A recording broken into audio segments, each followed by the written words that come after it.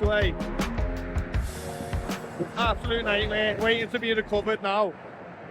Mikey's cold, so he's got my coat on. Just not an ideal place to be with a nearly 3-year-old.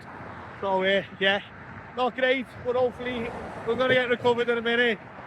Hopefully, and get this sorted. I've got fish arriving from Japan today, and my car is going in the garage. An absolute nightmare.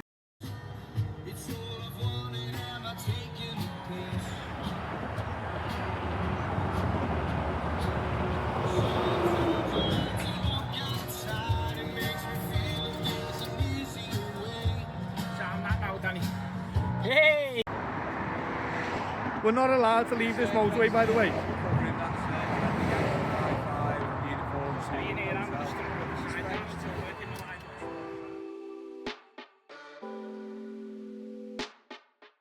Right guys, this day has been an absolute nightmare. My car broke down. As you've seen, you'll see on the rest of this video, I got recovered. Then I had to get temp cover on my mum and dad's car, which is a Citizen C3, so it's a little bit different to driving this. Drive to Stoke, really, where they collected the koi that had arrived from Japan.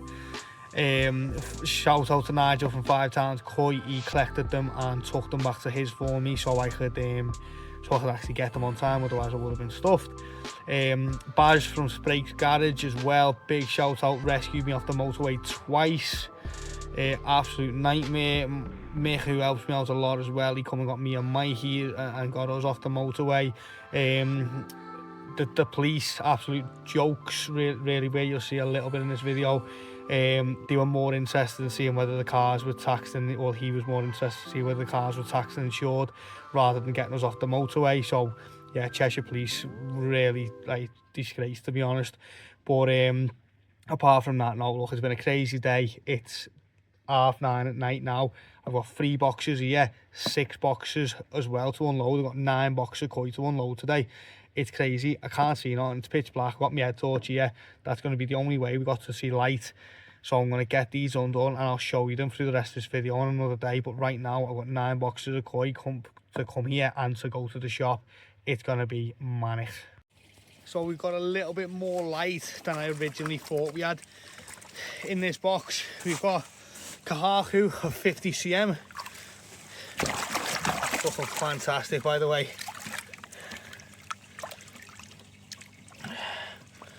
I was really surprised they're not a bit more beat up than that.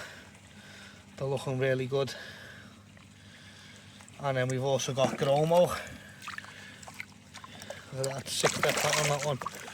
Some fantastic Gromo. Beautiful step patterns on a couple of them there. Yeah, really, really nice fish. Yeah, absolutely fantastic.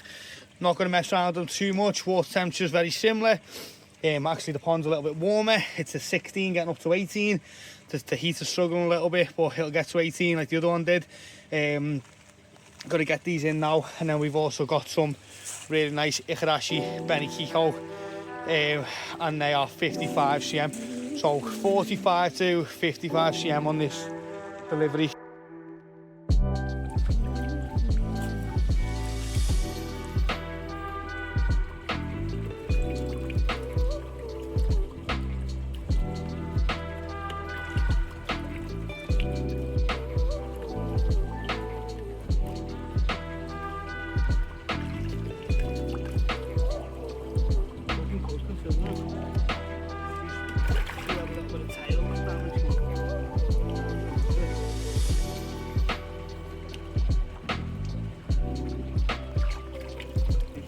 Measure, I don't think you're coming at 50 cm, are you? But we're off.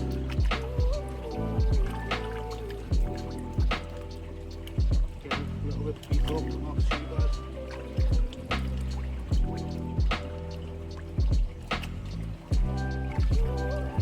Wow. One day aboard.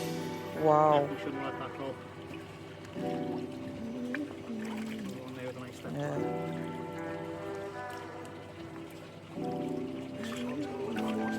Nice.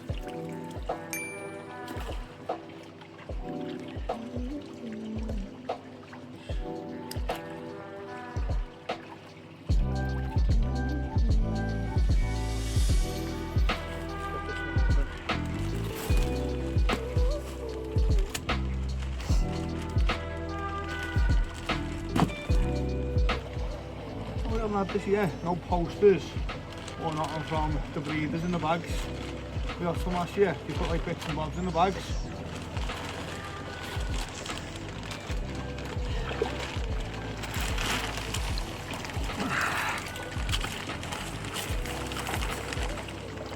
Bit of blood in that one.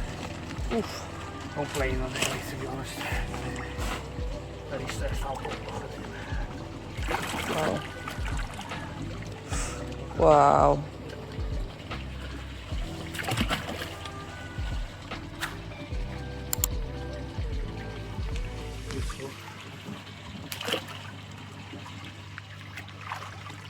Pull the sky over there. Lovely pan, no, lovely fish.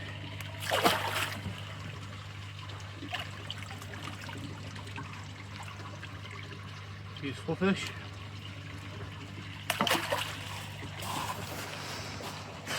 Now we've 6 foxes thrown and loaded in the shop. It's been a bit of a crazy week, and now back in the grow on. We're going to try and get this done today. We've only got 1 line out of 2 because we're a little bit unsure about the size this smaller one's actually going to be because of the wall, but I think we found a better way of doing it with using this OSB wood. So we're putting the 4x2s on the inside rather than the outside. We're going to put the insulation behind it rather than inside it, and just try and make every centimetre count to try and get it just, you know, nice and tight. I want to get the line into that one today. Ideally I would have went and got the wood. I'm not sure I'm going to have time. Your trailer's full of stuff that needs to go to the tip, so I might try and get a tip run done. Lots of plans happening for next year. I've just ordered 2 more vats for outside from a fiberglass company that I've worked with before that made the window tank in the shop. So I've ordered 2 more vats from them. Don't know how long they're going to take. It is Christmas coming up very shortly. Also with Christmas, we're going to be doing 12 days of Christmas where every day for 12 days leading up to Christmas we're going to be giving something away. On the 24th of December we're going to be giving away a fish with a retail value of around £400 to £500. We're going to do several fish, and then the winner of how we're going to end up doing that, you can pick what fish you want out of that.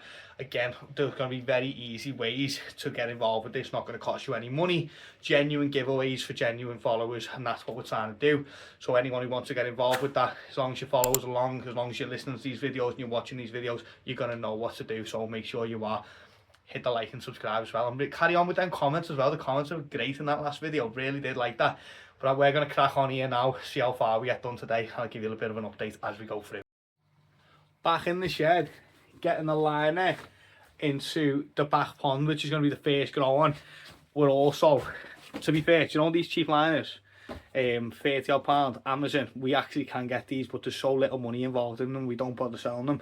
But Amazon, you know, you can't knock it. £30 PVC liners, they work a charm, they really do. And you can get the corners nice and neat as well if you spend a bit of time in them.